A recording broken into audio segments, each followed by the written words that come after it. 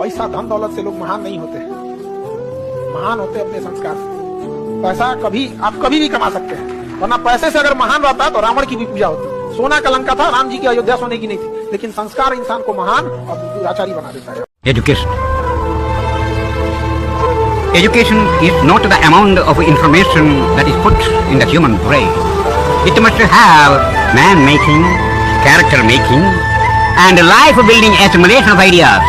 मैं एकदम क्लियर हूँ, मैं अपने बच्चे से हमेशा ये बात करता हूँ कि भैया मुझे सबसे पहले ये चाहिए कि तुम खुश रहो, बाकी सब सेकेंडरी है। उसके साथ हो जाए तो अच्छा है, नहीं तो मुझे तुम्हारी खुशी से मतलब है, बाकी सब बातें बात की। खुशी कैसे आएगी? खुशी इस बात से आएगी कि मैं उसके ऊपर अपनी इच्छाएं थोपूं नहीं, समझाऊं, परसुएट करूं। अगर मुझे लगता है कि वो गलत रास्ते में, तो समझाऊं कि बेटा रास्ता गलत है, रीजन बताऊं, डिस्क्राइब करूं, उसे सही रास्ते पर लाऊं, समझ जाएगा। क्यों नहीं समझेगा बच्चा? पर मैं अपनी जिद में उसके ऊपर उसका करियर इंपोज करूं, नहीं तुम्हें यही करना होगा, तुम्हें इससे ही शादी करनी होगी, तुम्हें ऐसे ही जीवन जीना होगा।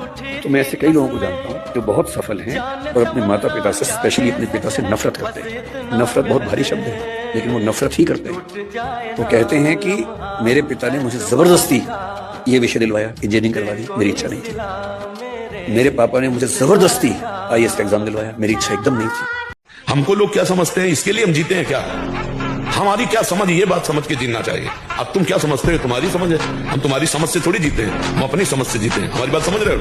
हाँ, किसी की समझ के गुलाम नहीं है हम अपनी समझ से, शास्त्र सम्मत समझ से हम आनंद को भोगते हैं। ये जीवन मस्ती के लिए मिला, किसी समझ के लिए नहीं, समझ रहे?